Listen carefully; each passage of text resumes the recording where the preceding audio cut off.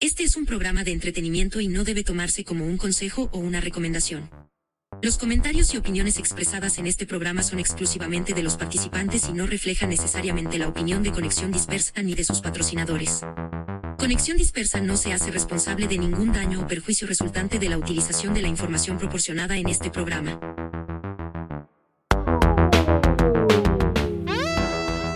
Conexión Dispersa presenta un viaje alucinante por las latitudes del rock progresivo. Progresión con Roberto Eslava. This is Ethan Matthews from macOS. Happy 14th birthday, Progression Radio.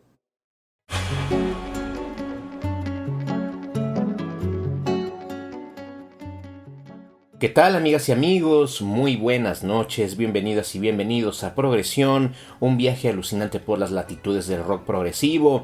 Soy Roberto Eslava y como siempre me da mucho gusto que se conecten con nosotros aquí a Conexión Dispersa, la radio donde converge lo diferente y lo diverso para que juntos emprendamos un viaje a través del subgénero del rock más vanguardista que lo arriesga todo en cada nota y cada acorde. Me acompaña como siempre en los controles de esta nave interestelar nuestro comandante César Garduño en la producción.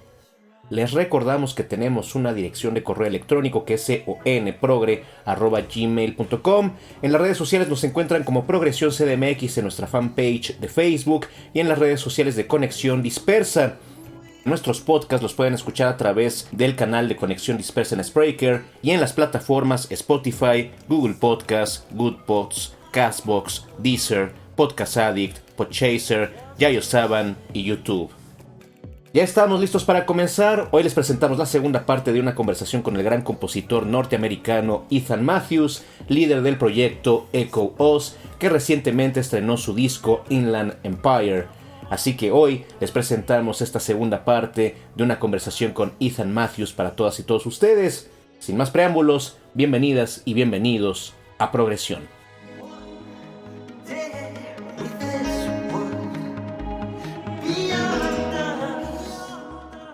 Continuando con esta conversación con Ethan Matthews, yo le preguntaba si alguna vez imaginó la buena recepción que tendría el proyecto Echo Oz entre el público progresivo. Escuchemos lo que nos dice. To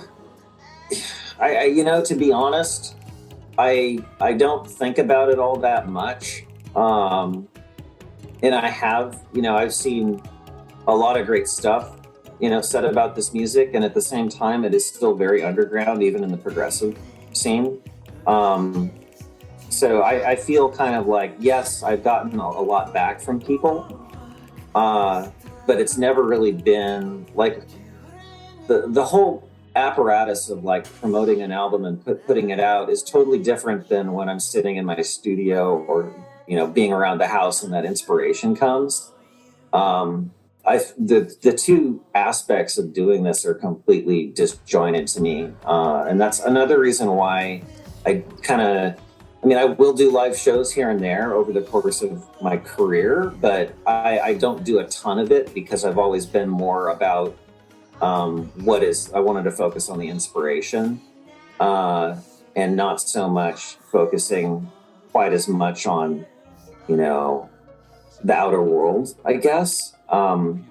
At the same time, we all have to focus on the outer world in order to get the music out there and make sure that people do hear it, because there's a huge sea of music out there these days. I remember when Greyhaven started, we got noticed just by, sending out 15 demo tapes, and, it would kind of blow up a message board, and then, 30 or 50 more people might order it directly from us. We were just literally dubbing the tapes and putting them out, and we got a record deal based on that. And we didn't, I remember our record label, they would throw out 15 promos. We still sold a sizable amount of units for a one-time first album band. And these days, you just don't see that. You can promote everywhere. You can send hundreds and hundreds of promos out. And you get great reviews sometimes, and you hear back from people. But it's a much more of a miss kind of proposition these days. It's gotten much harder, and I feel greatly appreciative of the fact that I'm old enough, or was old enough at the time to put out music in the 90s when it was a little bit different than it is now. And even in the 90s, things were already changing in a big way. But yeah, I feel great. I was happy that the who I've worked with over the years and the musicians that that have kind of come and been a part of the project has also been. I've never really gone after collaborating with bigger, trying to find someone to ride the coattails of. I just want to work with other musicians, that are great at what they do and want to be a part of it. And so it's just miles different from the way it was when I was a kid or in high school. That kind of gave us, kind of a bit of inspiration back then. It was like, oh, all we have to do is this.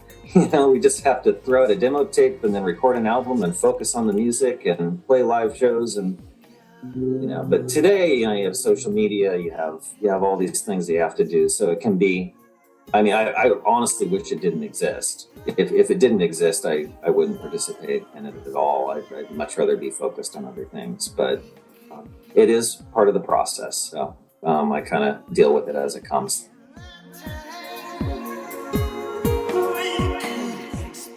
Sabes, para ser honesto, no pienso mucho en ello. He visto muchas propuestas grandiosas en la música que al mismo tiempo permanecen subterráneas, incluso en la escena progresiva. Así que siento que, si bien tengo mucha atención de la gente, realmente nunca ha sido tan grande. Todo el aparato para promover un disco siempre se ha reducido a mí, sentado en mi estudio, estando alrededor de la casa cuando llega la inspiración. Los dos aspectos de esto están completamente desconectados. Esa es la razón por la cual hago conciertos para impulsar mi carrera, pero no hago muchos, porque siempre me he querido concentrar más en lo que importa, en la inspiración, y no tanto en el mundo exterior, creo. Al mismo tiempo me tengo que concentrar en el mundo exterior para mover mi música y asegurarme de que la gente la escuche, porque actualmente hay un océano enorme de música disponible allá afuera. En los inicios de Great Heaven nos dimos cuenta que simplemente con lanzar 15 cintas demo como promoción, probablemente eso nos garantizaría que 30 o 50 personas más comprarían nuestro material directamente con nosotros. Así que literalmente podíamos duplicar la cantidad de cintas que vendíamos, y obtuvimos un contrato con una disquera con base en eso. Recuerdo que nuestra disquera lanzó 15 promocionales, y era una cantidad de unidades suficiente para difundir el primer disco de una banda. Actualmente no es así. Puedes difundir tus cosas en cualquier parte. Ya hay cientos de materiales promocionales. A veces tienes reseñas grandiosas y retroalimentación de la gente. Pero en esta época es más difícil. Estoy agradecido y aprecio el hecho de que soy lo suficientemente viejo para haber editado música en los años 90. En aquel entonces era diferente a como es ahora. Incluso en esos años se dio un cambio radical. Estoy feliz por las colaboraciones que he hecho a lo largo de los años y de conocer a los músicos con los que estuve en contacto al ser parte de algunos proyectos. Nunca he deseado trabajar con grandes estrellas y perseguir el éxito comercial. Lo que he querido simplemente es trabajar con otros músicos que son grandiosos en lo que hacen y ser parte de su obra. La situación actual está a millas de distancia de como era cuando estaba en la preparatoria. En aquellos años, la situación era una inspiración para hacer cosas. Pensábamos, todo lo que tenemos que hacer es esto: lanzar un demo, grabar un álbum, concentrarnos en la música y hacer conciertos. Hoy existen las redes sociales y muchas cosas que tienes que hacer. Honestamente jamás imaginé que existirían estos medios, y si no existieran, no participaría en ellos. Me concentraría en otras cosas. Es parte del proceso y tengo que lidiar con ello.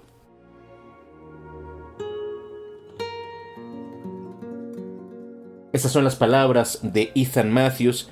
Hablando acerca de Inland Empire, yo le preguntaba a Ethan Matthews cómo concibe este disco, sobre todo porque él ha mencionado en otras entrevistas y también en los materiales promocionales que Inland Empire es el epílogo de una trilogía integrada por los discos de Tidy Sides, Tomorrow Will Tell the Story y A Priori Memory. Así que escuchemos lo que nos dice Ethan Matthews al respecto de esta trilogía. That's a good question, and it's. I kind of came upon the idea that it was a trilogy almost years after it was completely done, and that runs from The Tide Decides, Tomorrow Will Tell the Story, and then A Priori Memory. I would say that The Tide Decides originally was about a character, I'm trying to remember now, was about a character that, was basically going through a kind of a birth through death kind of scenario. And it was also connected to the life of the Earth, how long the Earth has been in the cosmos, let's say, if they were running concurrently. That was the idea in my head. And then Tomorrow Will Tell the Story was basically purgatory. And I this is, after death, this sort of area where you're kind of floating. That a lot of people talk about, if they have near-death experiences, they feel like they experience part of this.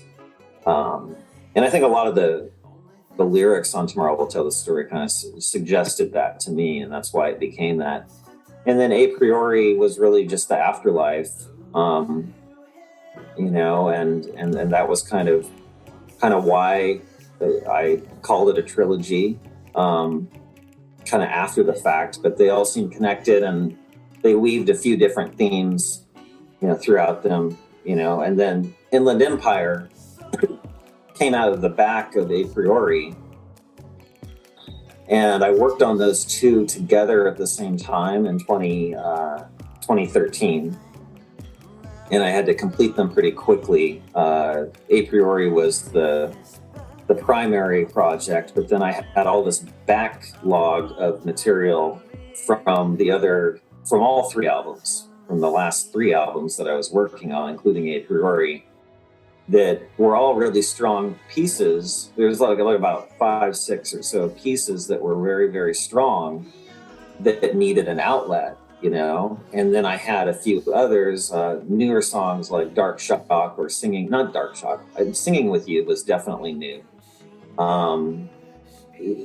So I had to figure out how I could put those together into their own thing, but I was just kind of shooting from the hip. I didn't really think they would fit together in an album, but since I had the tracks done or completed up to a certain extent, I started just butting them up against each other, and then I created some musical segues at the start and finish of each of those tracks. And some people it's interesting because some people say that Inland Empire is kind of fitting together almost better than the other ones. And I was like, oh, that's cool. I remember after I got done with it and we were releasing A Priori on this German label, I was like, I kept listening to Inland Empire, and I usually don't listen to the albums I work on too much. I mean, I'll revisit them every few years because I want to remember, what happened. But I won't spend a whole lot of time just sitting there, on my own, listening to it intently. But that one I would drive around a lot and kind of review it. And I was like, oh, I just have to wait like a year and a half, and then we can probably put this one out. And then a bunch of stuff got in the way, and I started working on new material. And so Inland Empire just ended up sitting for like 10 years. So yeah, that's kind of like how it came to be and why it's connected to all those albums. It's just because it's so old, but at the same time, it doesn't really, to me, it's like I could have created it later, I think, too. So.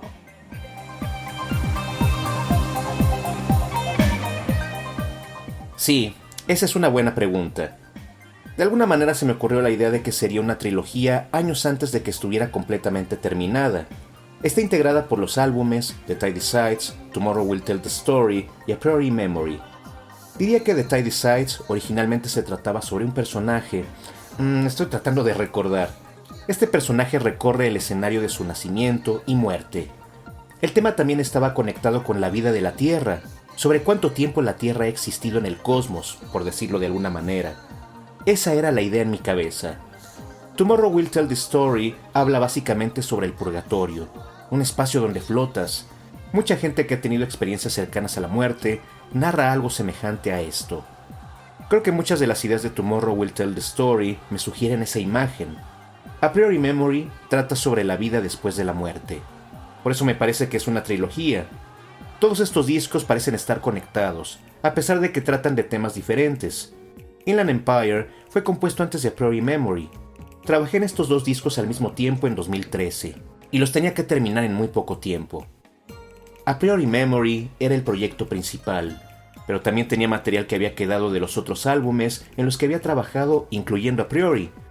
Todas esas piezas eran muy fuertes. Eran 5 o 6 temas muy poderosos que necesitaban ser concluidos. Además tenía otras canciones como Dark Shock que eran definitivamente nuevas. Comencé a pensar en cómo podía integrar esas canciones en un mismo concepto y me di cuenta de que todos esos temas podían estar juntos en un álbum. Cuando tuve las composiciones terminadas, comencé a armarlas juntas y compuse algunas transiciones musicales al principio y al final de ellas. Es interesante, porque algunas personas dicen que Inland Empire pareciera ser un álbum más coherente con la trilogía que los otros 3. Eso es agradable. Recuerdo que cuando terminé el disco, y estaba en el proceso de edición de A Priori Memory a través de un sello discográfico alemán, seguí escuchando Inland Empire. Usualmente no escucho los discos en los que he invertido mucho tiempo de trabajo. No los revisito hasta que han pasado algunos años, porque quiero recordar qué fue lo que pasó en el proceso. Pero ese disco lo seguí escuchando mucho. Lo revisé y pensé que lo podría lanzar en un año o año y medio. Entonces muchas cosas pasaron. Comencé a trabajar en nuevo material, así que Inland Empire estuvo en pausa por cerca de 10 años. Esto pasó así. Estos discos están conectados en su alma. Sin embargo, también pienso que suenan como si los hubiera compuesto después.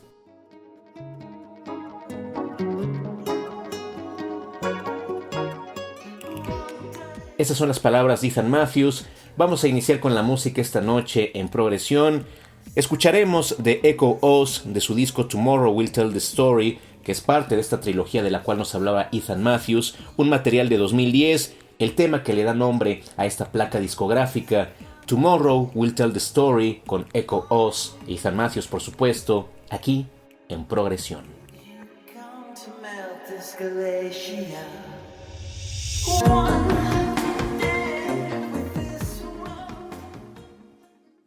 Hi, this is John Lodge of the Moody Blues, and you're listening to Progression.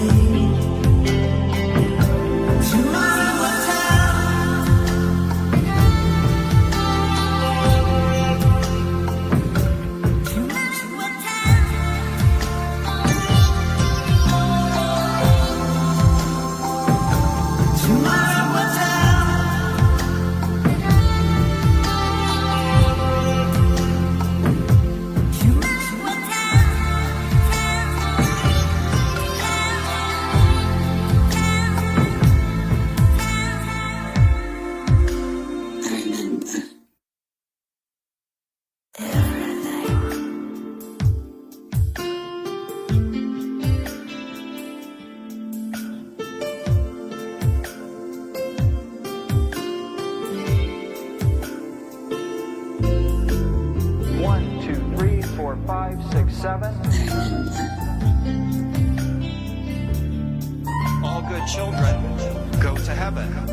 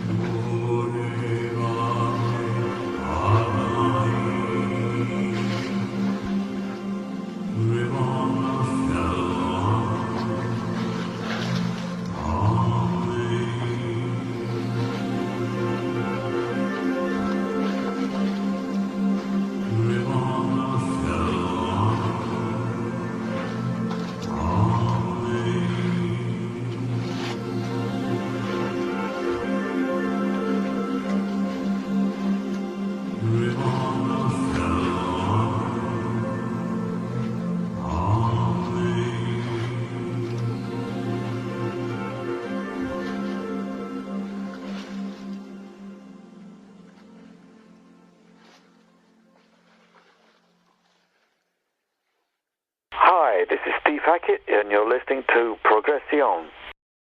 It's dark. It's very, very dark.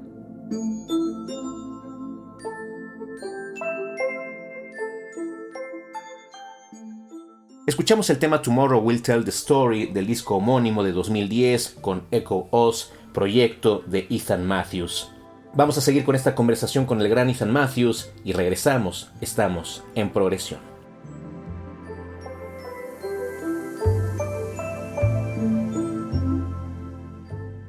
Hablando acerca de Inland Empire, yo le preguntaba a Ethan cómo fue la sensación de escuchar este material después de casi 10 años de haberlo compuesto. Escuchemos. I will say that, like, it is really nice to hear again, you know, but I absorb my music so much because I basically do too many different parts of it for my own good, you know. I do all the way down to the mastering, so I hear this stuff thousands of times, bit by bit when working on it. So for me, at this stage, especially something that is 10 years old, I mean, to have it really connect with me in any way, you know, like on a personal level now is you know, proves, I think, that it's pretty strong material, I think. You know, at the same time, like all my albums, I kind of move past them, you know. Like I certainly, like it's the whole thing of like, there's a lot of other music that I will raise the hair on my back more than my own music because I didn't make it and I'm not absorbed in it, you know? So that's kind of, I mean, it is good that I felt enough. I mean, I could have just said, okay, I'm going to work on new material completely. And, you know, if it takes another 2 years, you know, do something else and just not release Inland Empire. But I've already been taking a little bit of a break since When Song Spires came out. And I'm not quite sure where I want to go. So this was a perfect timing to just to put this out and get it done. And then, you know, give me a little bit more time to work on new stuff too. So.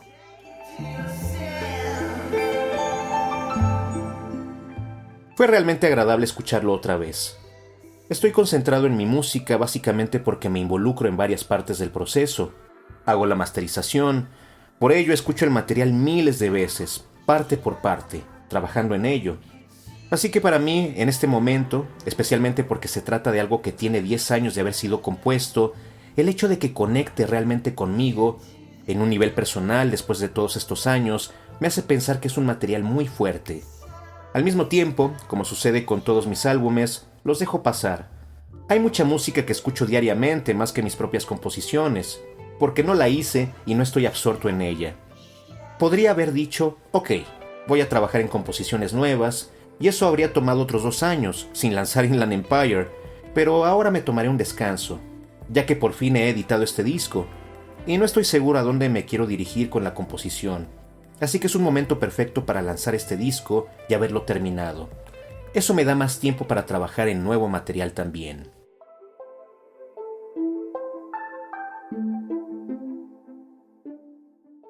Esas son las palabras de Ethan Matthews. Yo le preguntaba a este gran compositor norteamericano qué significa ser progresivo para él.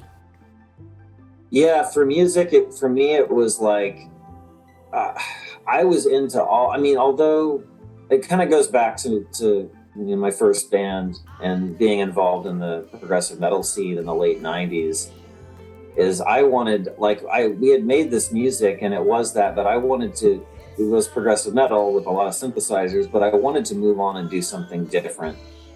And for me, that was like the essence of being progressive about your musicality, whether it's, no matter the genre, you know, whether it's rock or metal or whatever, is let's really work on moving forward. And even if some people don't like that, that's fine.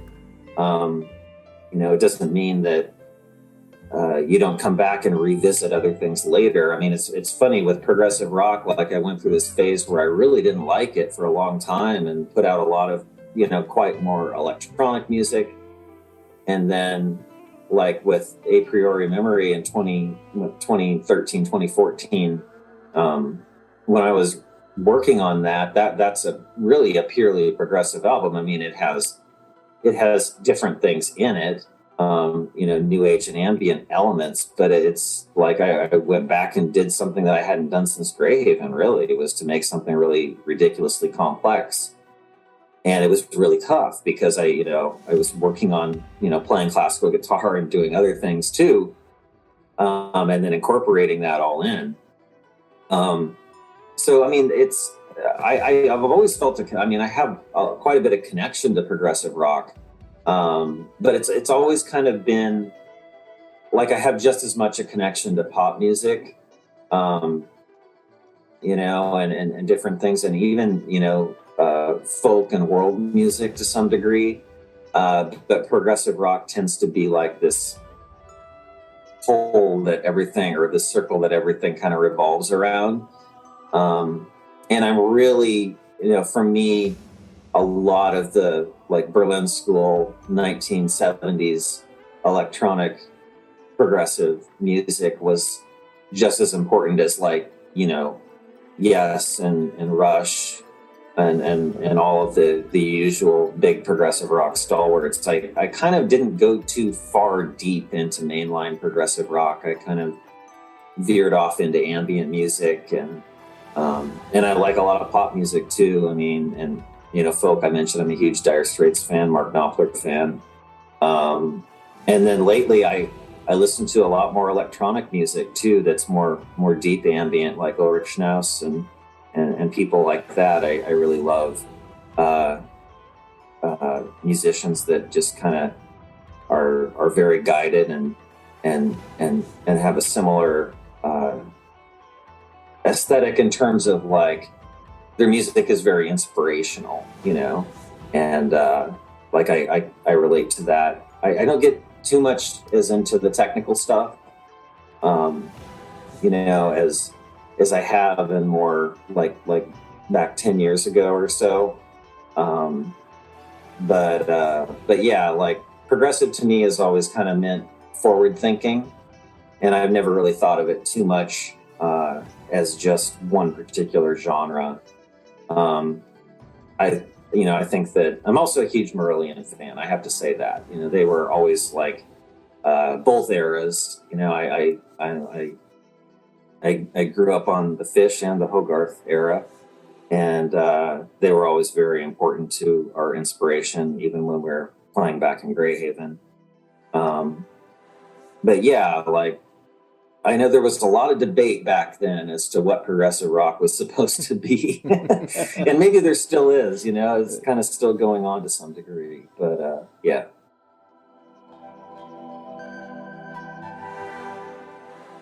Sí, con respecto a la música, y para mí, pensar en esto me hace remontarme a los años en los que estuve en mi primera banda. Estuve involucrado en la escena del metal progresivo a finales de los 90. Hice música de este género con sintetizadores, pero quería avanzar y hacer algo diferente. Para mí eso fue la esencia de ser progresivo con respecto a la musicalidad, sin importar el género, si es rock o metal o lo que sea. Se trata realmente de trabajar en avanzar, incluso si a algunas personas no les gusta. Eso está bien.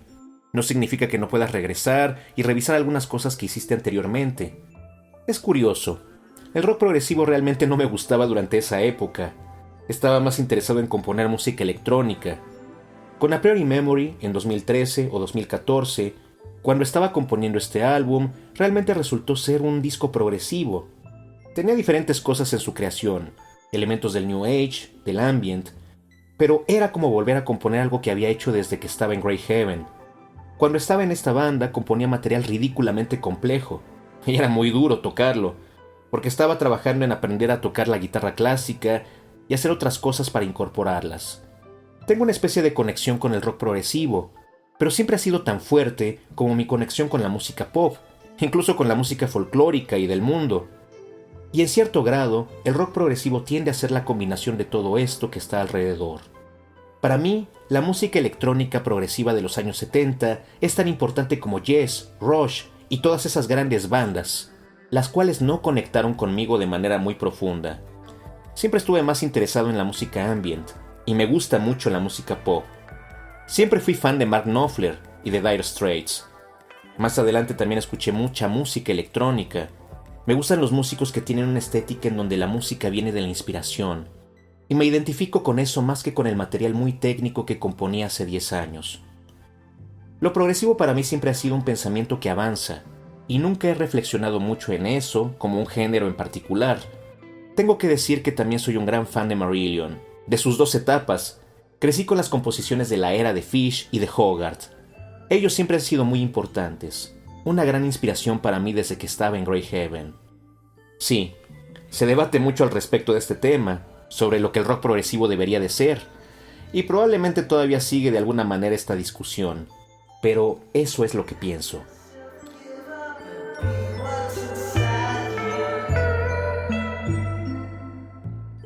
Esas son las palabras de Ethan Matthews. Vamos a continuar con la música esta noche aquí en Progresión. Escucharemos del disco Inland Empire, epílogo de esta trilogía de la que hablaba anteriormente Ethan Matthews.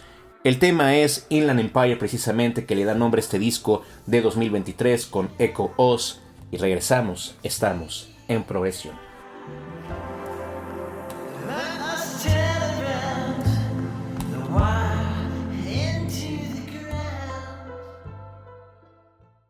Hi, this is Steve Roderick William. You're listening to Progression.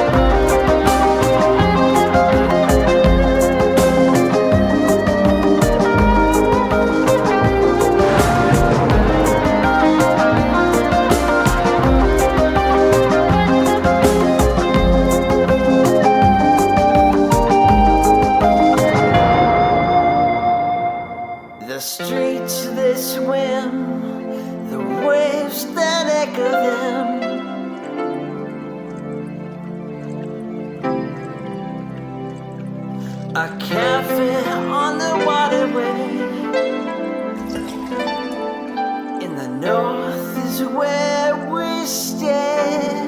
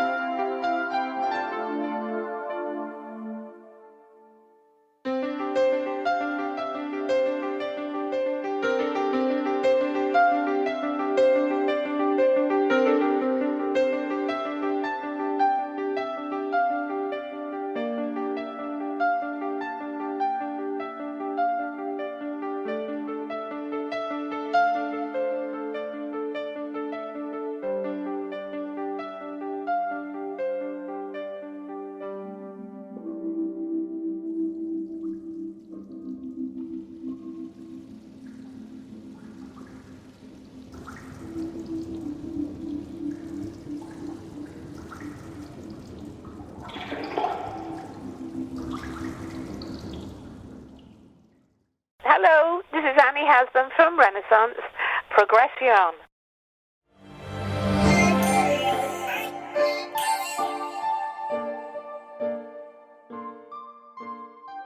Escuchamos el tema Inland Empire del disco Inland Empire de Echo Oz, un material discográfico de 2023. Vamos a la última parte de esta conversación con Ethan Matthews y regresamos. Estamos en Progresión.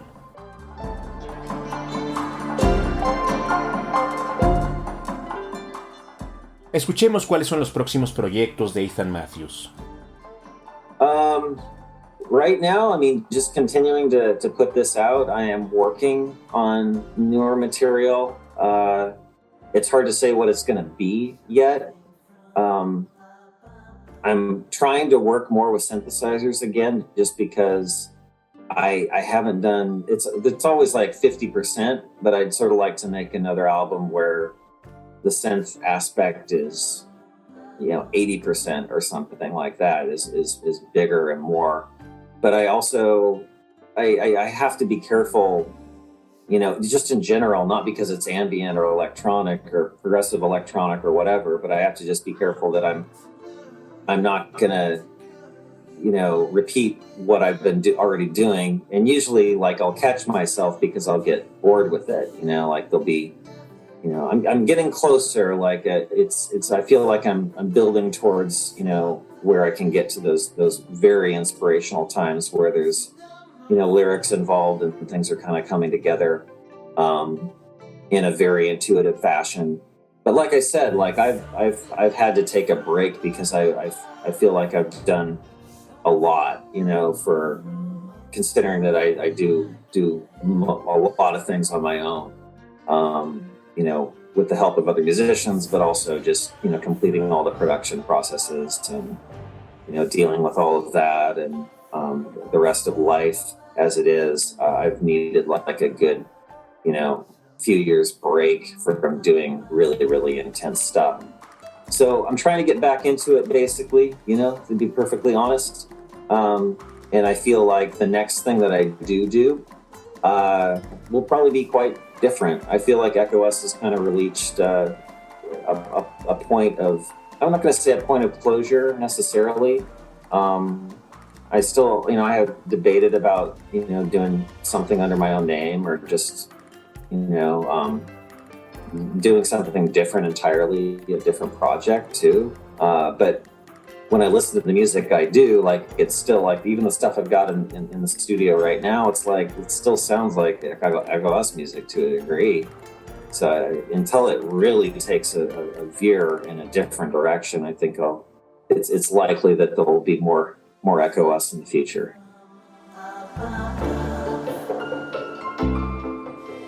En este momento simplemente quiero continuar con lo que estoy haciendo. Estoy trabajando en nuevo material. Es difícil aún decir cómo será. También trato de trabajar más con sintetizadores, porque no lo he hecho desde hace algún tiempo. Siempre es algo como un 50%, pero quiero hacer otro disco en donde los sintetizadores tengan una presencia del 80% en el material, que se usen más. Tengo que tener cuidado también, en general porque sea música ambient, electrónica o progresiva o lo que sea, no quiero repetir lo que estaba haciendo antes, porque eso me puede aburrir. Siento que me estoy acercando al camino que quiero construir en estos momentos de tanta inspiración. Hay letras de canciones involucradas en este proceso y algunas cosas comienzan a tomar forma de una manera muy intuitiva.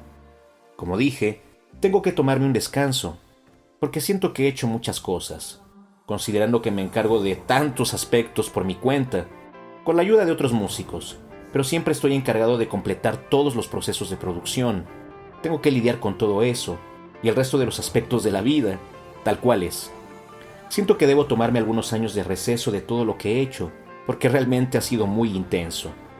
Para ser honesto, trato de regresar a la composición, y siento que lo siguiente que haré probablemente será un poco diferente. Creo que Echo Oz ha llegado a un punto, no voy a decir que es un punto de cierre necesariamente. Me estoy debatiendo entre hacer algo bajo mi propio nombre o hacer algo completamente diferente, un proyecto distinto. Pero cuando escucho la música que hago, incluso lo que estoy escuchando en el estudio en este momento, aún suena de cierta manera como material de Echo Oz. Realmente cuesta hacer cosas en otra dirección, y todo parece indicar que habrá más de Echo Oz en el futuro.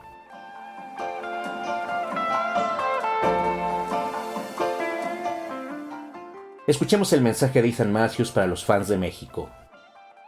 No, thank you guys for listening and checking things out. I do hear sometimes from the Southern Hemisphere, and particularly it seems like Brazil and other countries, but it tends to be, and I actually hear less from the U.S. these days than other places. The music scene is different here. So, thanks guys for listening, and I appreciate, Roberta, the chance to talk to you guys.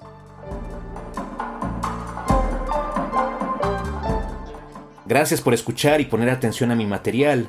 A veces tengo noticias del hemisferio sur, principalmente de Brasil y otros países.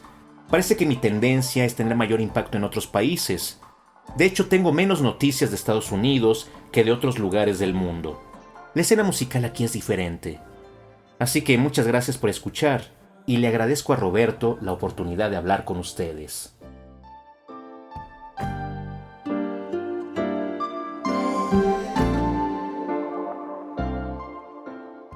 Él es Ethan Matthews, gran compositor norteamericano, líder de Echo Oz.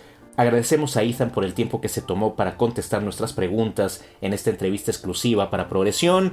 Vamos a cerrar esta segunda parte dedicada a Ethan Matthews escuchando algo más de Echo Oz. Del disco Inland Empire escucharemos el tema Singing With You, y con esto cerramos nuestra progresión de esta noche. Gracias a nuestro comandante César Garduño en la producción. Mi nombre es Roberto Eslava. Los dejamos con Echo Oz. Que pasen buenas y progresivas noches. Cambio y fuera.